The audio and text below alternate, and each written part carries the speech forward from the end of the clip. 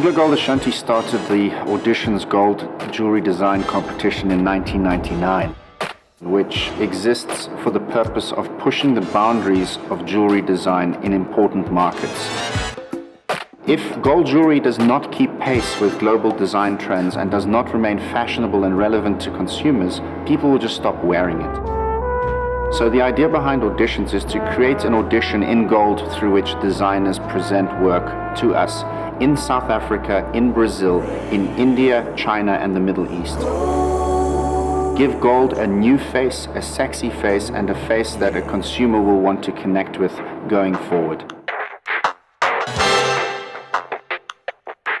This time we said, let's try and be more socially relevant.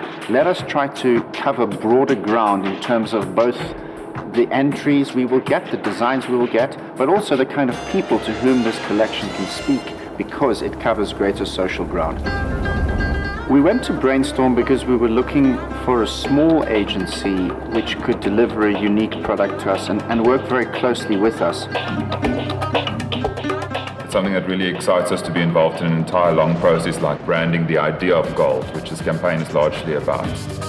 Gold's an amazing substance. It's more an idea, something that people uphold, and wars have been fought about it, and people have died, and all sorts of stuff happen about gold. What we decided first of all was to come up with a theme which was more multifaceted than before. We came up with the theme urban tribes.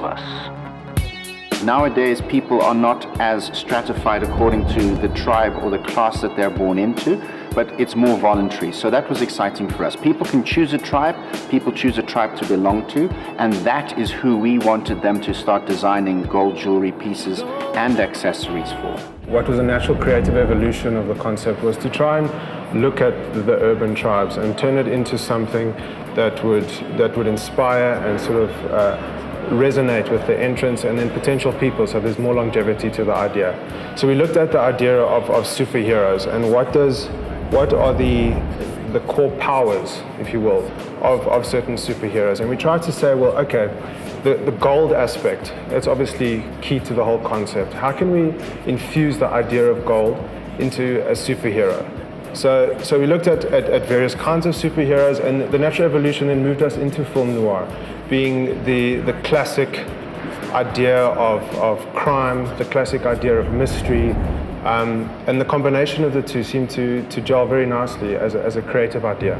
We created, with a trend analyst, Dion Chang, we created 4 sets of characters based on typical South African and African stereotypes, the kind of people that South Africans will instantly recognize, and we wanted to create a gold relevance for them and design gold jewelry that they would wear and that they would appreciate. One was Extreme Street and the Futurist, who are very global thinking, new thinking, younger consumers who are quite familiar with the streets and know where the world is going, but do not feel they need to conform to the norms of society. We then had the hip-hop homeboy and Jabulani Bond. Hip-hop homeboy is a township-dwelling hip-hop lover. Jabulani Bond is an upwardly mobile action man, business leader, business entrepreneur who draws a lot from the James Bond philosophy, but is proudly black and is very much part of South Africa. Both of these characters draw very much on influence from the US, but retain strong African roots. Next up, we have the suburban set. We have the Old Money Honey and the Pampered Princess, her daughter. They go very well together and they present a fairly universal suburban image. Then last up we have the Money set, the really rich set, which is the Black Gold Prince, who is a stupendously wealthy African who has made his money in resources or in oil, mining perhaps, and his counterpart, the Gold Digger, who is super beautiful, super sexy, very shrewd and cunning, but she makes no pretense about what she's after. She's after the richest man with the most money who will give her what she wants. We looked a lot towards Frank Miller, who created Sin City, because he also used film noir as his inspiration and created something which is a very stylish, very high contrast, a lot of white on black and those kind of things. He basically inspired us to combine the idea of superheroism and a graphic novel, and as well as the film noir inspiration, into the final campaign. I saw a lot of potential in the project. It just seemed like something really interesting to work on. On a personal level, I think we've just always wanted to work with this fantastic photographer. He has an extreme eye for detail, a master of lighting, and his conceptual thinking. We would sit around a table and the creativity would flow very, very easily. I researched general 40s and 50s film noir and then based it on typical good guy versus villain thriller. Obviously, the lighting was very important to pull off that feel, but more important than that, I think, was the Sin City reference. What we liked about how Sin City was styled was that it was fairly neutral and not period specific. We did that with the stylist Gabrielle. I worked closely with her in determining what they would look like. It was important that the style references referenced all sorts of periods. You know, some of the time periods felt like it was late 1800s, and then some of it felt like it was 2040.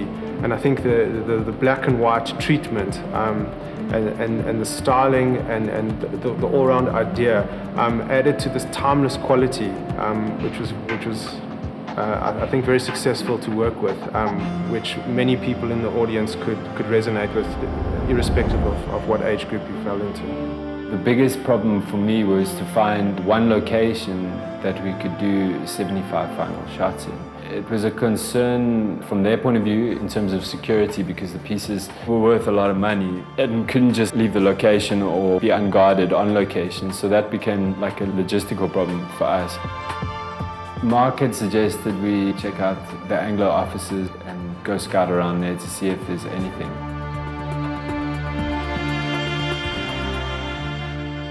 When we saw the 23 pieces, we needed something that would bind them all together. So we decided that we've got these fantastic tribes, or the 8 characters. We decided we wanted to put them in a narrative in the catalogue.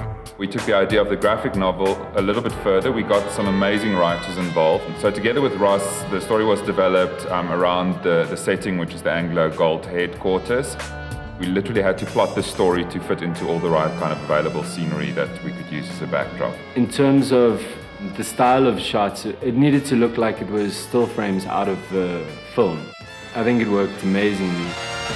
There's also a critical point in not just shooting a catalogue, which most brands have done in the past, but to add more substance and more intelligence and rather have a story that gets told